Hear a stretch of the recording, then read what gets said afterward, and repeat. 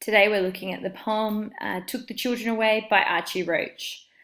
So you need to have read the poem for this annotation guide. So if you haven't read the poem, then I suggest that you go pause this and then go back and read the poem to begin with.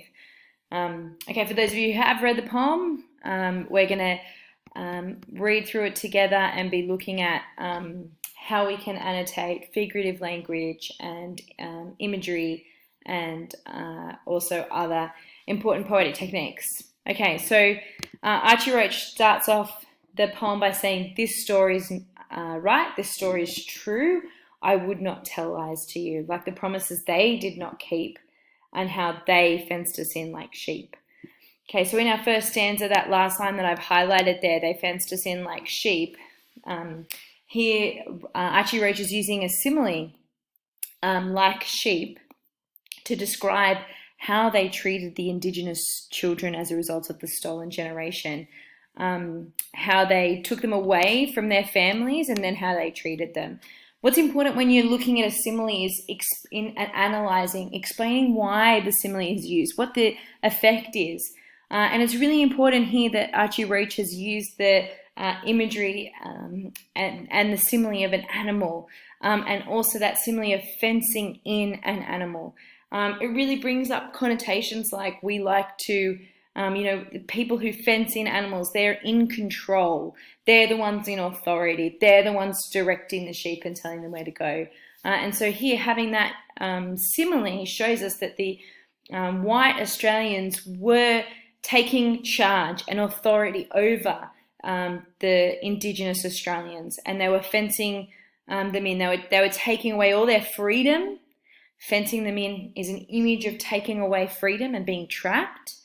And also the fact that he has likened them to an animal really demonstrates as well the lack of rights that they have, that no longer are they treated like people, but the Indigenous community, especially during the time of the stolen generation, were treated as if they were like animals. And so that simile is loaded with so many negative connotations that really reveal how the stolen generation demonstrates that they were the people were taken away without control and a say, and they were treated poorly. Okay. The next line, "Said to us, come take our hand, sent us off to mission land." That image of come and take our hand is one of looking after someone. You take a child's hand and when you're trying to look after them and protect them, but then it's juxtaposed, and that's the technique here, to the next line, which is to send them off to mission land. So that idea about taking them by the hand, as if for their own protection, but then the second one is sending them away. And so there's a contrast there of a protective image and a kind and caring image with an image of isolation, where the stolen generation were sent away. Taught us to read, to write and pray, then they took the children away, took the children away, the children away.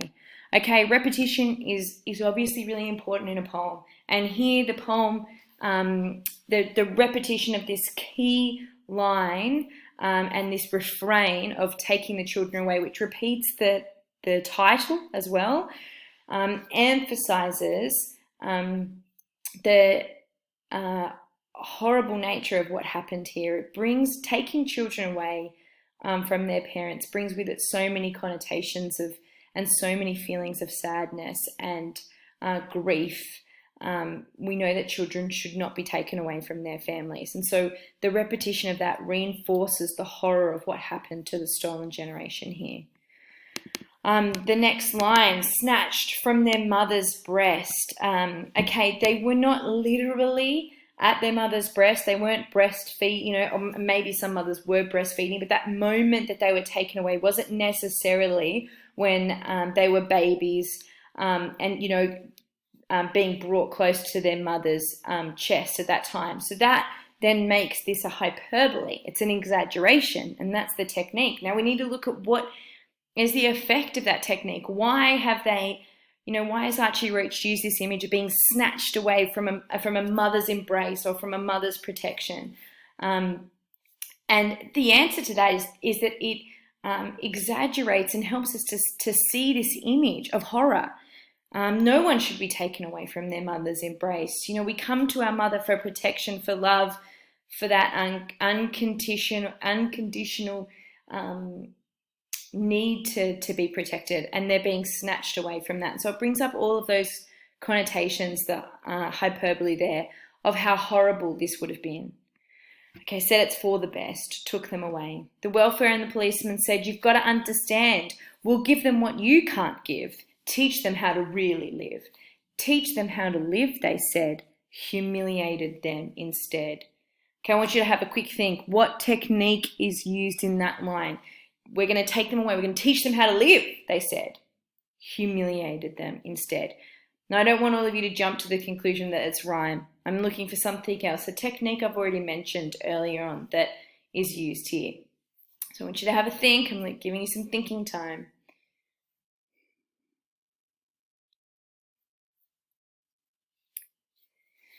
Right, well, give yourself a big pat on the back if you said juxtaposition, which is contrast. Here we've got the line of that they're gonna help them. Teaching them how to live is a positive, has positive connotations, is something positive. But then the next line reveals what actually did happen, which is that they were humiliated instead. And so that contrast emphasizes again the horror of what happened to the stolen generation. And emphasizes something specifically, that they were humiliated. That's a specific experience that it highlights.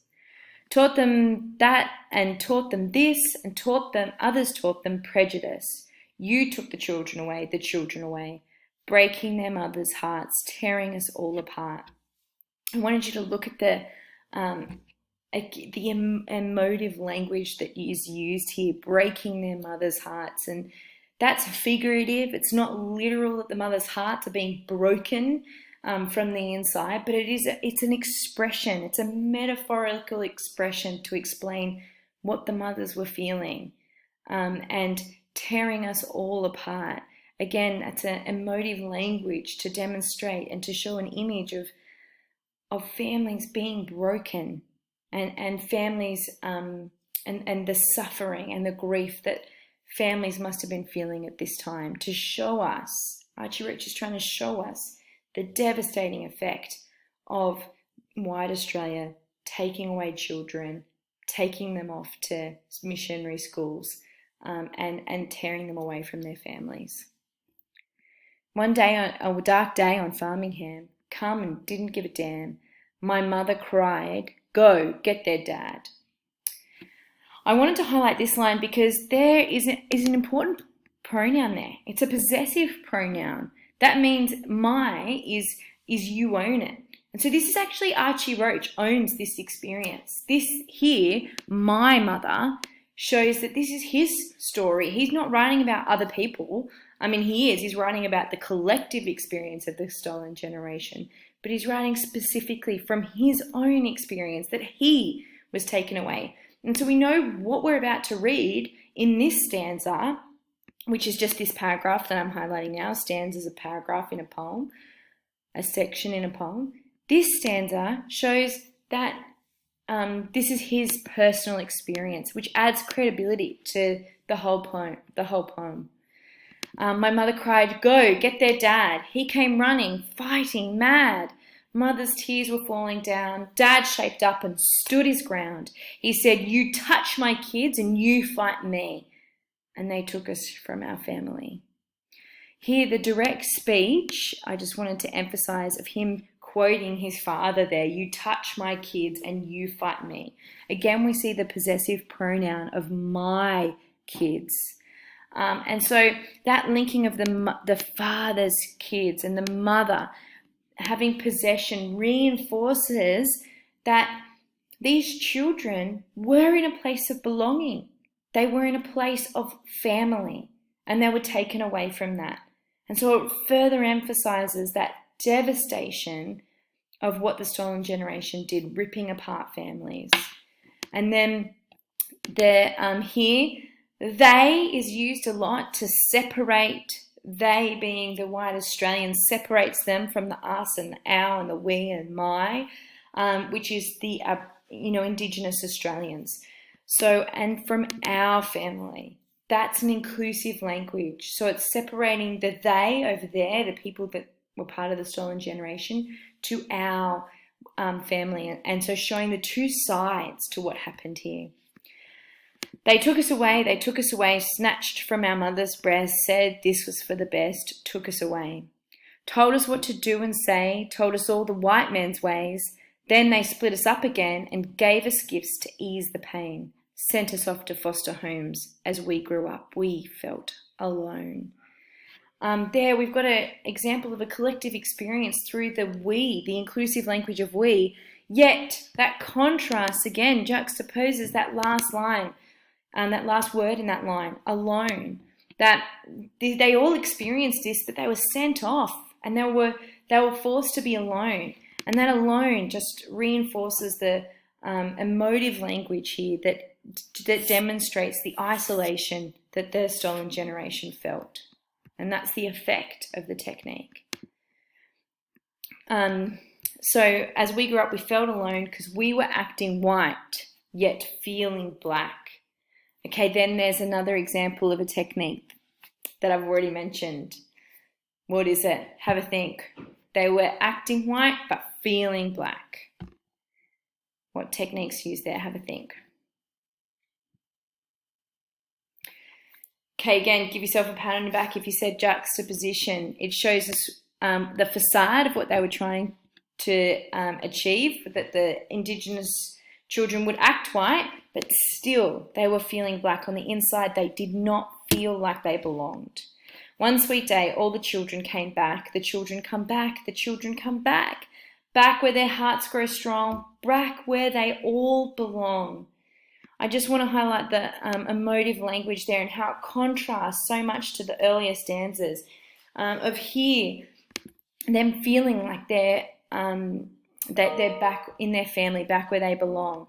And the anaphora, which is the repetition of back where, the repetition of the beginning of a sentence or beginning of a line in a poem, again reinforces the contrast to the children being taken away. Now they've come back.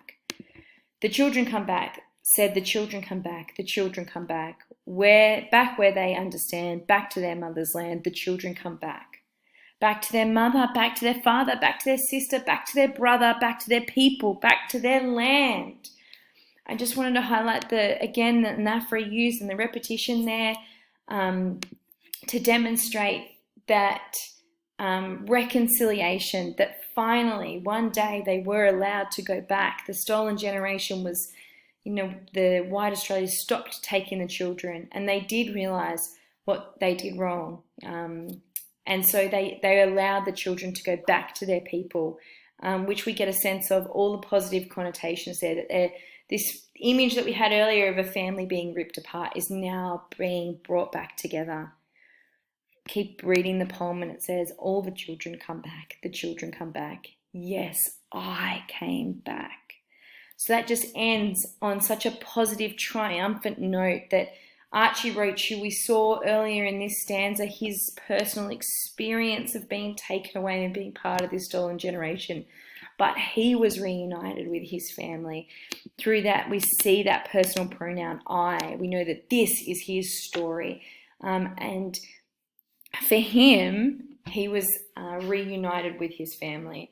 So this whole poem just reinforces the protest against what white Australia did to the Indigenous community, and the devastation that this had on their culture and their family and their way of life, which is what Archie Roach was trying to protest against in his poem, Took the Children Away.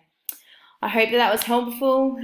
Feel free to go back over this video and pause it and take down some notes on your own copy so that you've got that evidence there.